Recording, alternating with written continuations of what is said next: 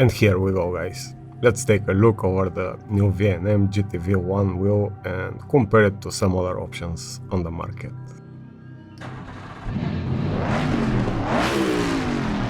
Starting with the disclaimer, VNM sent few gear for test and review, and this is 300mm size butterfly shaped wheel built from aluminum, and the only plastic parts are the button caps and grips made of silicone, which are super grippy with or without gloves. The 8 illuminated buttons looks the same like the old Simagic line wheels and Moza, with deep squishy travel without very defined tactile engagement, but because of the travel it's quite easy to feel the engagement of each input. The set of stickers doesn't bleed light except on the symbols, and the shroud around is also made of aluminum. To be honest, those are not my favorite buttons on the market as those on the Mercedes from Cube Controls, but that's subjective anyway. In the middle of both sides, two 7-way switches with aluminum knobs, which has that smooth surface, and with dry fingers there is not much grip, and that is small detail I wish to see improved in the future with some kind of grippy shape for that rotation. It doesn't make any difference for the other inputs, but grip for the rotation is important as we really don't want to squeeze our fingers for no reason.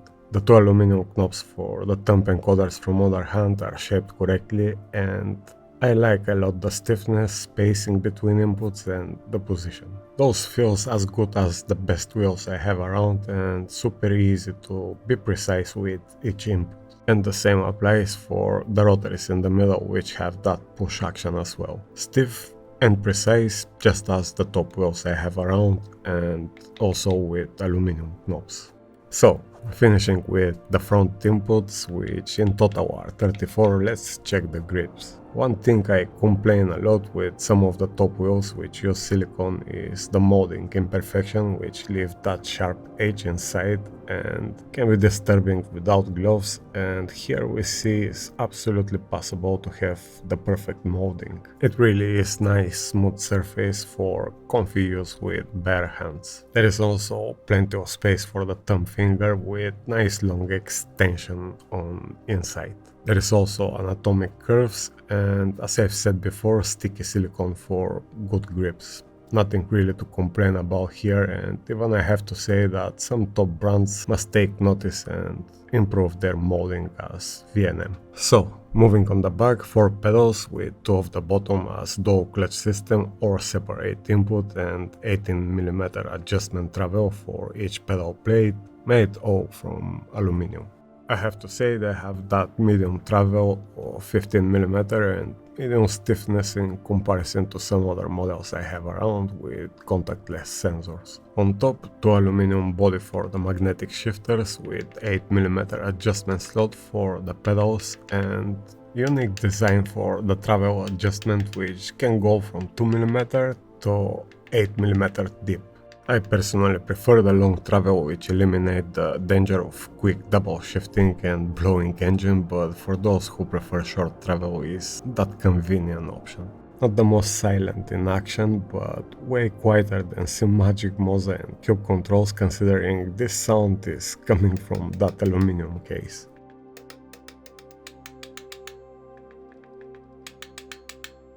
Also, that 60mm adapter for the quick release makes life a bit easier, adding any quick release with 70mm pattern, and there are also 2 extra magnets for those who want just a bit stiffer input. There is nothing crazy innovative here except that shifting adjustment, but it's definitely super strong wheel with zero flex and nice ergonomically speaking in use for $450 or €479 after taxes in EU, and the build quality for that price is what makes it actually very good choice. The VNM software may look a bit overwhelming at first with some light control for the 14 LEDs on the buttons and around the rotaries, but I guess not many will use that as SimHub is implemented and all the telemetry effects from the game are available there. Just activate SimHub and add whatever you wish from flags, spotters or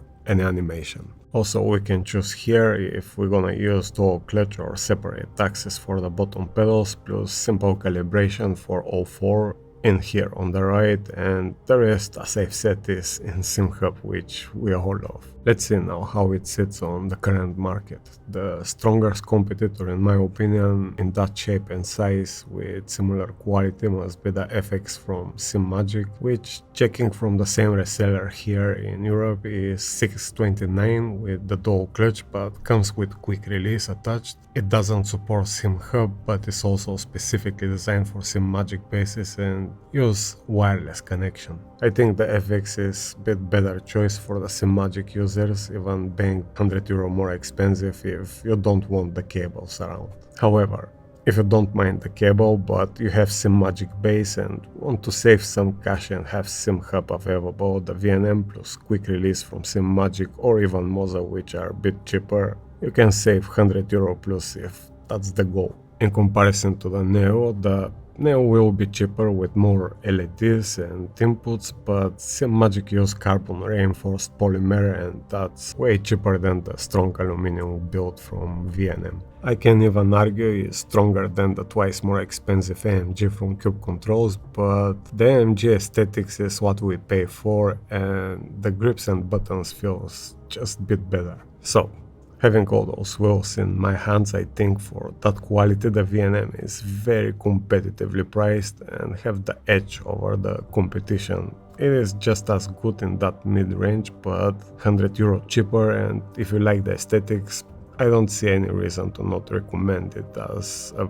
good choice for the price. The only two minor complaints I have are the knobs of the 7-way switches, which must be grippy instead of smooth, and the imperfection of the light diffuser placement, which covers the light on one of the rotaries. That being said, the price is quite impressive for what we get: good ergonomics, comfortable in hands, SimHub compatible, aluminum only, rock solid build, made to resist the crazy torques of the 32 Nm VNM base, which I test for the last few weeks and I am very excited to say is becoming slowly one of my favorite direct drive in terms of raw details and smoothness, but that is for another video as I need few more tests to do before release my full opinion. That ecosystem is becoming more complete with the pedals, the beautiful sequential shifter, and now the bass and wheel, and VNM is definitely very competitive on the market with those prices for